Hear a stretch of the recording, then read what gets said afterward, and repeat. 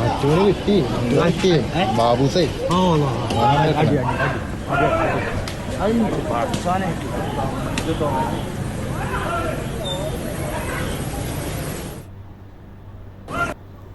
ഇതാണ് യഥാർത്ഥ ഗുണ്ട.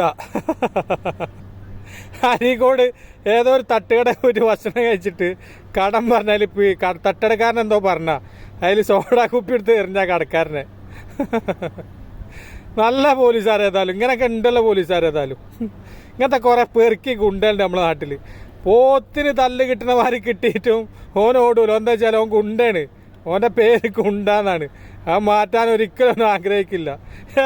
തല്ല കിട്ടണേ എടാ ചേങ്ങാക്ക് ഓടി ഒരു ഓട്ടോ ഓടിയിട്ടുണ്ടെങ്കിൽ 3 തല്ലേലും കുറഞ്ഞിട്ടു.